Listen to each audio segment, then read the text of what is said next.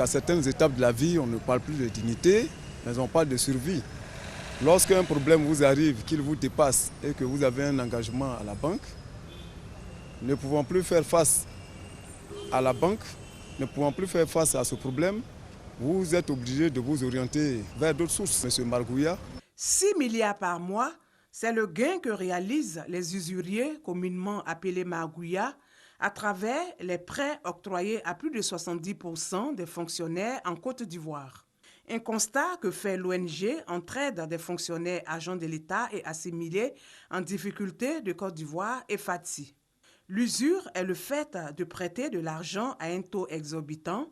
Elle constitue un cercle vicieux d'endettement pour bon nombre de fonctionnaires ivoiriens dont les cartes bancaires deviennent la propriété des usuriers. Il confisque la carte, c'est lui qui a le code de la carte magnétique, c'est lui qui opère.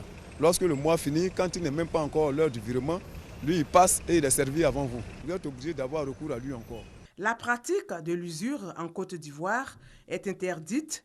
C'est pourquoi la loi prévoit des sanctions. S'il est déclaré coupable, il est puni d'une peine d'emprisonnement allant de 2 mois à 2 ans et d'une amende de 100 000 à 5 millions de francs. Une action qui a des conséquences sociales et économiques sur la vie de plusieurs travailleurs. C'est le cas de près de 20 000 enseignants qui sont presque en cessation de service. Pour lutter contre ce phénomène, l'ONG FATSI lance une campagne nationale de sensibilisation contre la pratique de l'usure. Cette campagne va se faire par des tournées que nous allons faire à Abidjan comme à l'intérieur du pays. Aujourd'hui, quand un Ivoirien a un besoin pressant, urgent d'argent, il n'y a aucune structure qui en une journée peut lui donner cet argent-là. Et devant cette situation, pour éviter l'humiliation, il préfère aller vers un Margouya qui lui est prêt à tout moment à lui donner de l'argent. Donc nous nous sommes dit que si nous nous organisons pour mettre un peu d'argent de côté, si un d'entre nous a un problème, nous pouvons prendre cet argent pour lui donner.